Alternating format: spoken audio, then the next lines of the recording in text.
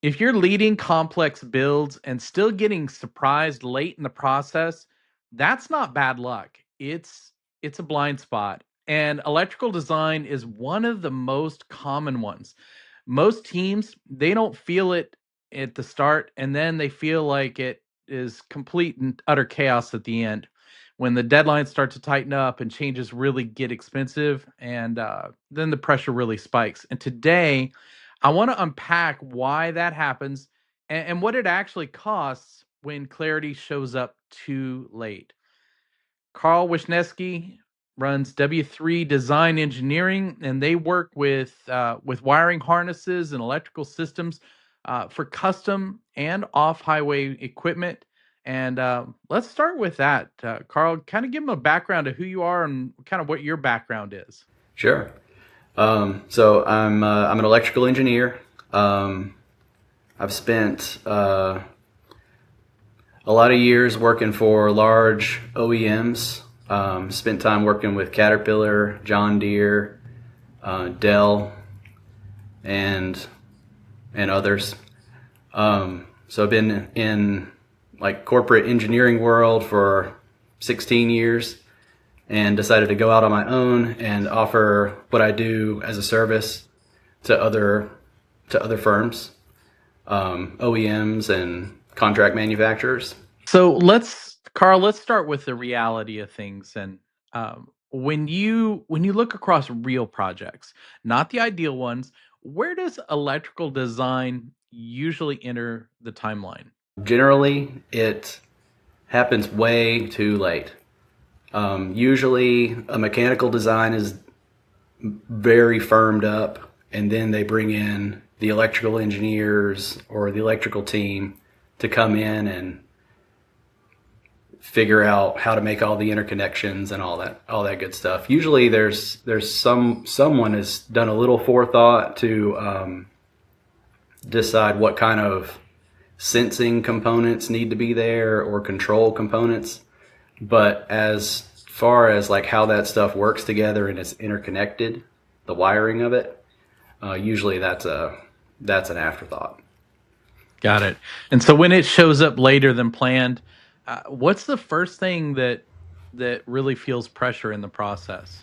Since it's kind of late in the process, most of the time the mechanical design is firm, so to speak, and then that either puts a lot of pressure on the electrical team to try to package all that stuff within this firm mechanical design, or it puts pressure on the mechanical design to adjust to conform to what's needed for electrical. So if I'm hearing that right, then it really puts a pressure on the schedule, the costs of the job, and the overall quality. Yeah, when you have to go back and forth between engineering disciplines, timelines just expand. Yeah. So what does that look like in practice? I mean, does it really come down to missed dates or having to do rework or just stress inside the team? Generally, the end date of the projects, usually that's a hard stop. And most of the time it's figure it out, make it happen before the end. So I think it's more the quality of the product. When the timelines get compressed, the engineering quality has to go down because you're trying to get more done in less time. So they have to cut corners somewhere. Then most of the operators, I would imagine, then they really don't realize that this is actually happening then until things really start feeling tight. Yeah, I would say that's correct. Yep. Got it. That makes total sense. So now when that pressure does show up, what is the default reaction that you usually see happen? What I mean, do they try and hire their way out of it, or what are the typical responses you see? The timeline's not moving, but we got to do more work in the same time. It's usually how can we add some bodies, throw some people at this, or it's like two schools of thought. Either we add more people to get more work done in the same amount of time, or we cut out a feature or two to give us the time to get stuff done. Got it. So it's either cut the scope or you increase the amount of bodies you have available for the job then. Right, right, which inflates cost. Yeah, absolutely. That's what you see in the end is higher cost. So even when the teams do what they think is the right thing by hiring extra people or cutting some features out, yeah, the problem doesn't go away just because you threw some more labor at it. So Right. take me back to when you started this. So when you built W3, you built it differently. Kind of walk me through the thinking behind that subscription model and how that all came to be. I wanted to give people who can use my help easy access and a low, try to make it a low lift way to work with a good engineer who can help them work through their problems.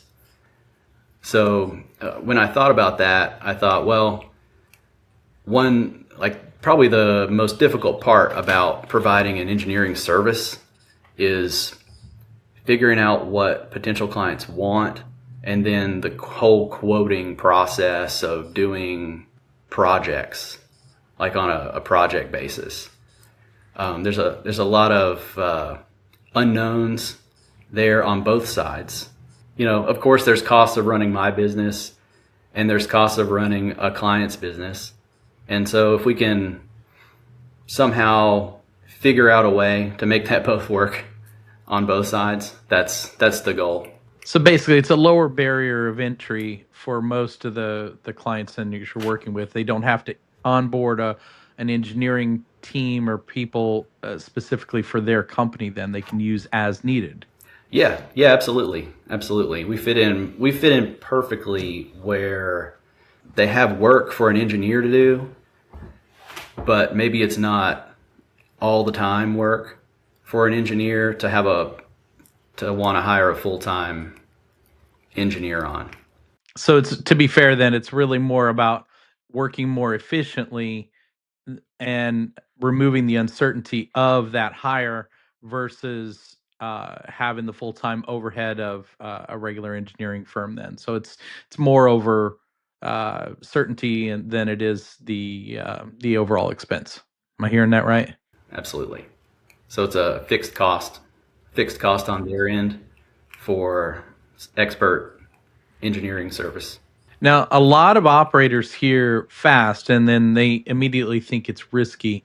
Where does quality actually break when teams try to move quickly, would you say? I think it all falls back to processes and procedures. So if you have those processes that are followed every time, um, and you have the bandwidth to move through those processes quickly, as long as you don't miss steps, you're going to hit your marks every time. Got it. And what would you say, what's the mistake that ends up costing the most later on usually? The biggest, most costly mistakes happen when the final checking and quality control stuff at the end or near the end of a design portion is rushed. So the final QC is a real big key point for you guys. So now, when a QC issue does appear like that at the last end of a job, who really feels it first? Is it the manufacturing side of it? Is it leadership, or would you say it really isn't until they hit the customer? It's really the quality of the engineering work that that can potentially cause major reworks after production parts have been made. Um, recalls are extremely expensive in money, and then also like perception, market perception, product perception from customers. So it kind of hits a lot of different things. Yeah, that makes sense. So let's make this concrete. Give me one real example. You don't have to name names, but one real example or one request where getting quality sooner change the overall outcome? Yeah, sure thing. Let me talk through an example of a sort of like a ground up build that I was a part of on the engineering team. So this happens when this kind of process happens when the engineering teams are able to have the time and the budgets to do all the upfront stuff that they need, which is like prototype builds, like multiple stages of prototype builds. And when engineering is able to actually do the hands-on building of these early prototypes, the engineers learn so much, and the iterations are so much faster because the engineers' hands are on the parts. They're learning, they're building, they see what doesn't work on their designs. They see what does work. And then after a couple iterations of prototypes like that, then it's handed off to a manufacturing team and everything is so much smoother. So good clarity and communication from getting engineering really involved in the beginning phases up front sounds like is a critical thing to making sure that overall final product is really good going out the door. Because if they can't put their hands on it and they can't really see how it physically is being used and working, then they don't really see all the obvious problems at that point. Is that fair? Yeah, absolutely. Absolutely. The quicker the feedback cycles can be, the better off the whole project will be. If there's like a founder or an operator that's watching this, and they have that type of a need for electrical and harnesses and things like that, what best key critical advice would you give them if that is in their scope? Try to work with an electrical engineer who knows the product families or similar products that you're trying to develop. Try to integrate them as early as possible. Yeah, thinking about quality and like overall cost, like thinking years terms of cost, having good, solid engineering talent that knows the product would probably be the biggest lever you could pull for cost purposes. Having the bigger, broader vision overall is really critical if you want to have a good product out of the gate then. Oh, absolutely. Yeah. Yeah. Obviously, not every structure works for every company. Who is this really not right for? What would you say is probably not your best fit when it comes to your clients? Probably not a great fit for companies that don't have a strong guiding vision for what they want. There are some companies out there that they're building something, and the path and the vision and the milestones are fuzzy. They're not detailed out. It's hard for us to get in and see where you're going and figure out what the right steps are. If they don't have crystal clarity on what they're trying to produce in the process, all between A and B and all the way to Z, then they're probably not ready to bring you guys in yet. And then when would you say it does make sense to keep engineering fully in-house? Because I mean, not every fit I would think is for just outsourcing it. So what would you say are the key things you would say it's probably better to keep it in-house? IP reasons. So sometimes companies want to just keep everything tightly under wraps, and they're really very protective about their IP. Like, of course we have NDAs, and nothing gets out of the loop between us and our clients or anything like that. But still, a lot of companies prefer to just keep things in house, a little bit more secure that way, I suppose. At the end of the day, it really, this is a good fit for somebody who has a clear defined idea of what they want. They don't want to have the engineering terms on staff full, or the engineering team rather, on staff full time. This is really where you guys fill that gap. So it's somebody that has a good, clear, defined idea of what they want to do, and they have a reasonable timeline to do it. Yep, we'd be a great fit for companies who, where the, like, say, engineering manager is doing a lot of the day-to-day engineering, and we can provide some relief and some other expertise without them having to have a full-time hire to assist that person. Yeah, speak more to a little bit more on that, though. A lot of companies are run lean. I mean, that's a great way to run a company, is lean without having a bunch of bodies in the building to pay. But what comes along with running lean is not a lot of bandwidth. And when like an engineering manager or a lead electrical engineer is overworked, which we usually are, it's nice, and to give them a little bit of like headspace to like offload some of their tasks, some of the day-to-day stuff that they do that still requires, thorough engineering thought and work, but could be sort of moved off to someone else.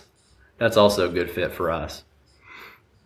So that makes a lot of sense. And the fact that, so if I'm hearing it right, it's not that your potential clients, your best clients, are incapable of doing the work. It's really giving them the ability to offload that from their day-to-day, because they're so overwhelmed, to be able to get that clarity and get the quality from the engineering side without them having to physically do it themselves. Right.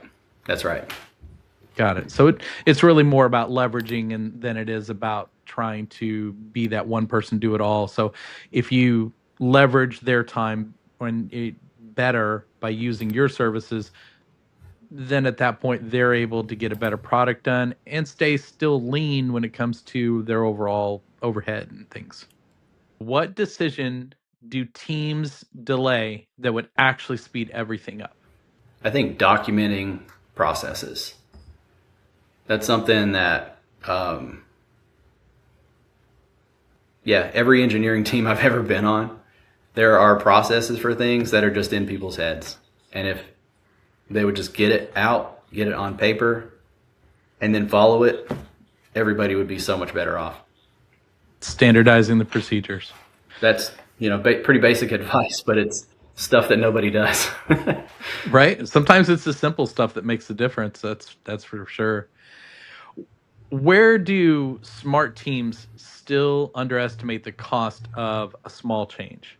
It's when teams decide to make a small change, but don't think about all the upstream and downstream effects of it. So, like in the case of for a wire harness, they may decide to change the covering of it or something.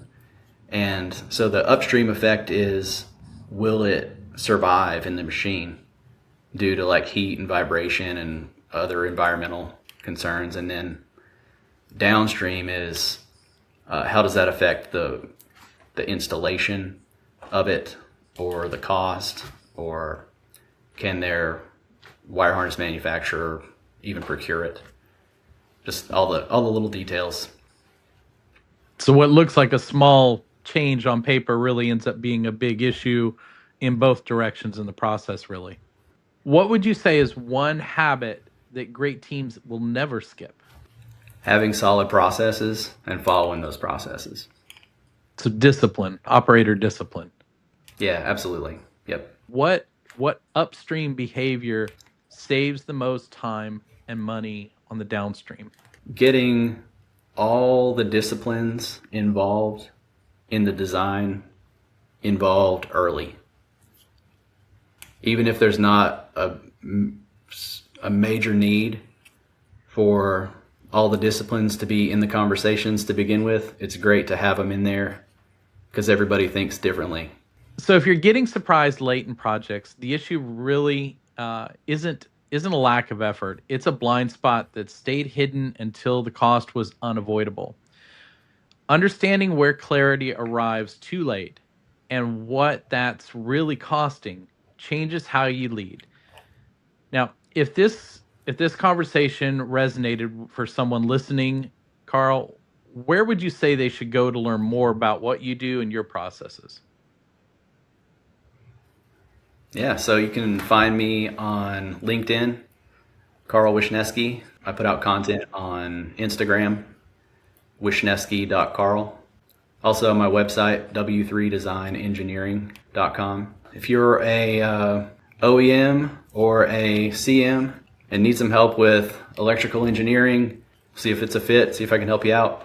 All right, perfect. Once again, that's Carl Wyshneski. Thanks so much, Carl, for having taking the time today to chat with us about it. I really appreciate it. All right, thanks a lot, John. Appreciate it. Have a good day.